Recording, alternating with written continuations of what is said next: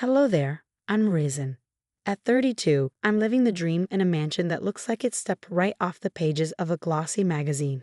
I'm thriving as a fashion designer, married to Michael, my handsome 40-year-old husband, who is often away fulfilling his role as a high-profile ambassador. But the real star of the show? That would be our little angel, Malika. She's only 10 months old, but she already runs the household. Elena, could you grab Malika's favorite teddy? I swear she knows when it's missing. I call out to my nanny while balancing fabric swatches in one hand and participating in a conference call on the other. Elena, bless her, pops her head in and says, "Already ahead of you, Risen."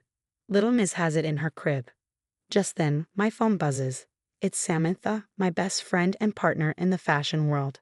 "Hey, girl, you free for coffee? I've got some juicy gossip," she says.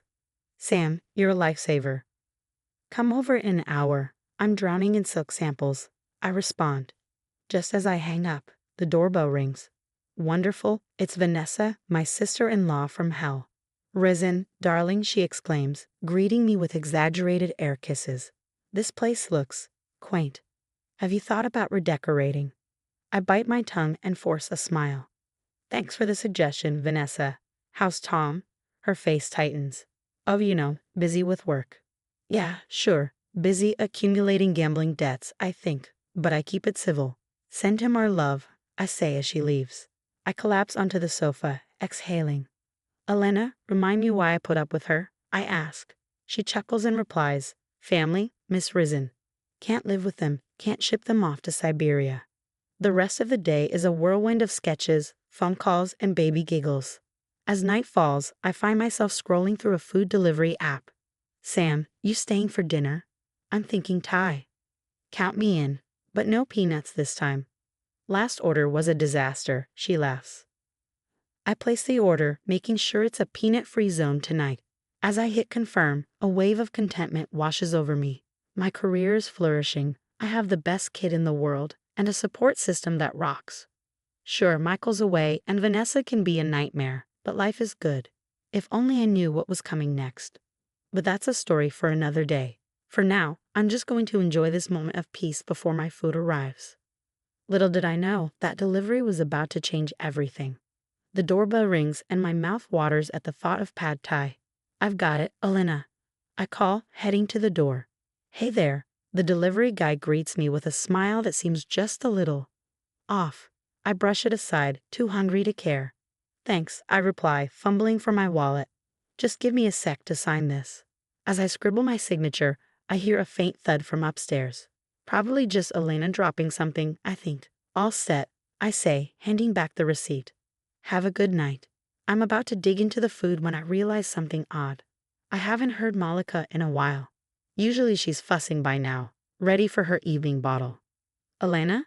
I call, heading upstairs. No response. My heart starts racing.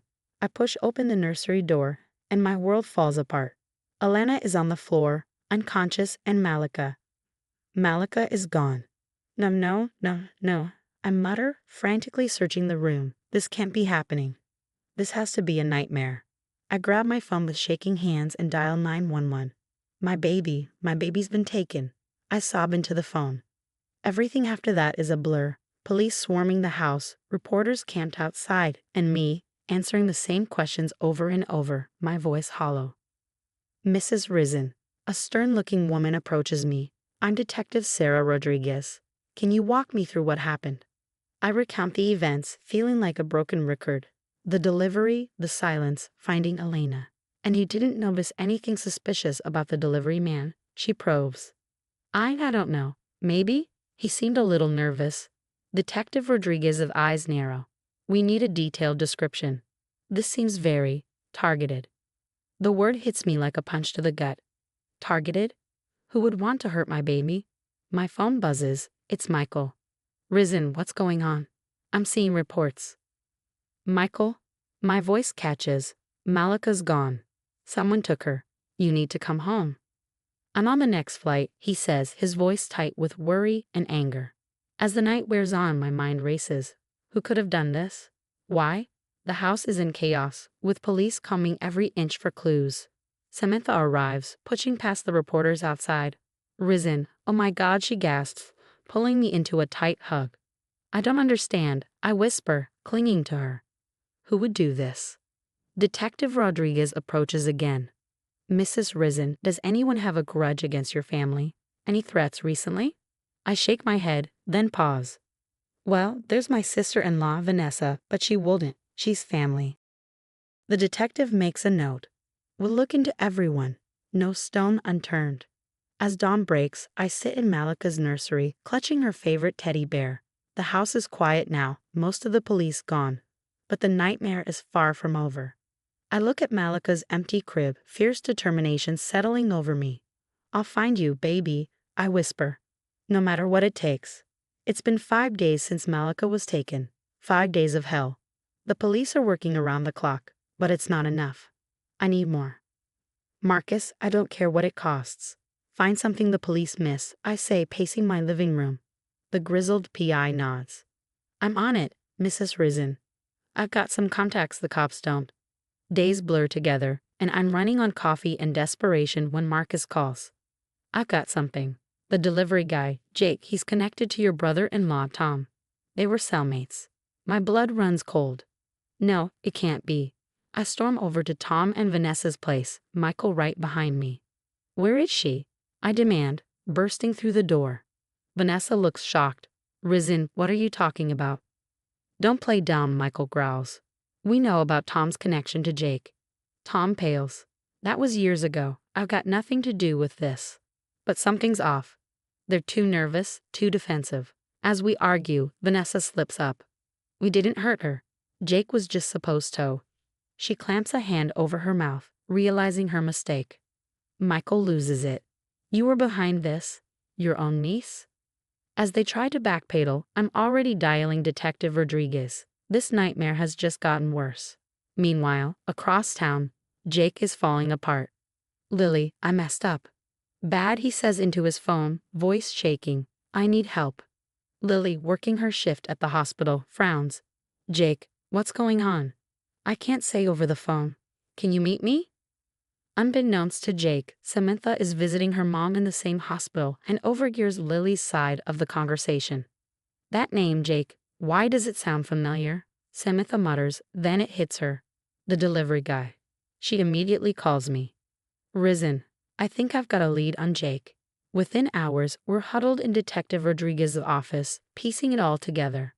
So Tom and Vanessa put Jake up to this? Rodriguez confirms, scribbling notes. I nod, feeling sick. Looks like it, but why?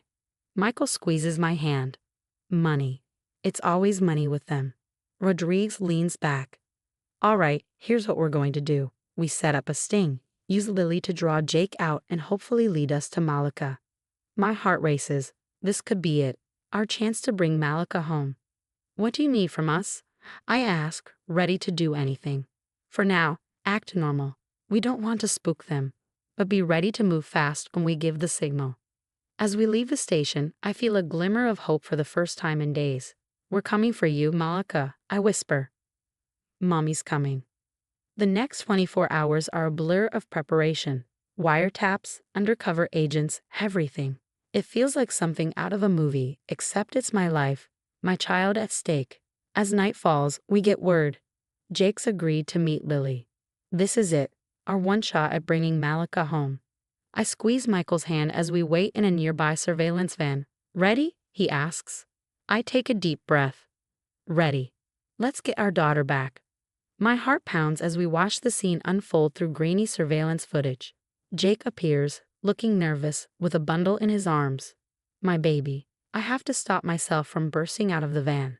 Target in sight, a voice crackles over the radio. Wait for the exchange. Seconds feel like hours. Then Tom shows up. The moment he reaches for Malika, all hell breaks loose. Police. Freeze. It's chaos. Jake tries to run. But Jake doesn't get far. Tom is tackled to the ground, and there, in the middle of it all, is my little girl crying her heart out. I'm out of the van before anyone can stop me. Malika. I scoop her up, sobbing. She's okay, she's really okay. Michael arrives just as they're loading Tom into a squad car. The look he gives his brother could melt steel. How could you? He snarls. Tom just hangs his head in shame. Back at the station, the whole sordid story comes out. Tom and Vanessa, drowning in gambling debts, had cooked up this scheme to ransom Malika.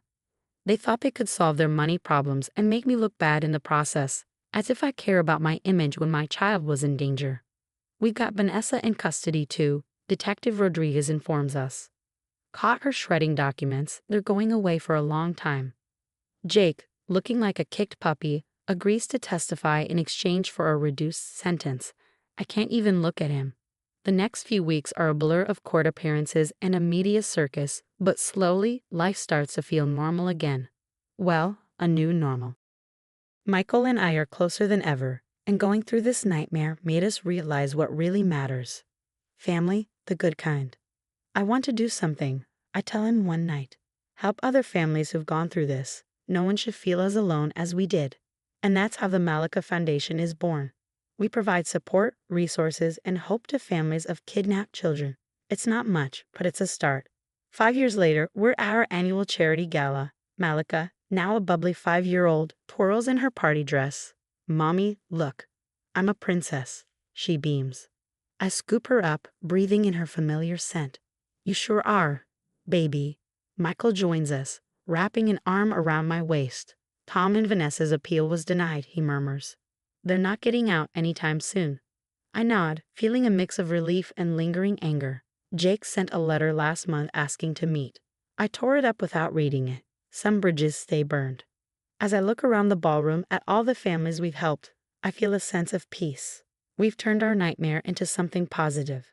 Malika is safe, we're happy, and life goes on. Ready to give your speech? Michael asks, squeezing my hand. I take a deep breath and nod. It's time to share our story again, to give hope to those still searching. Because if there's one thing I've learned, it's that love and determination can overcome even the darkest of times. Toxic people, they have no place in our happily ever after. The story has come to an end, but I want to hear from you. If you were in Reason's shoes, could you ever forgive Jake, Tom, or Vanessa for what they did? Or do you believe some actions are truly unforgivable, especially when they involve harming a child? Share your thoughts in the comments below. Your perspective matters and could help others who face similar struggles. If this story touched you, don't forget to hit that like button and subscribe to our channel for more compelling real-life dramas. Your support helps us continue sharing these important stories. Thanks for watching, and remember, sometimes the family we choose is stronger than the family we're born into.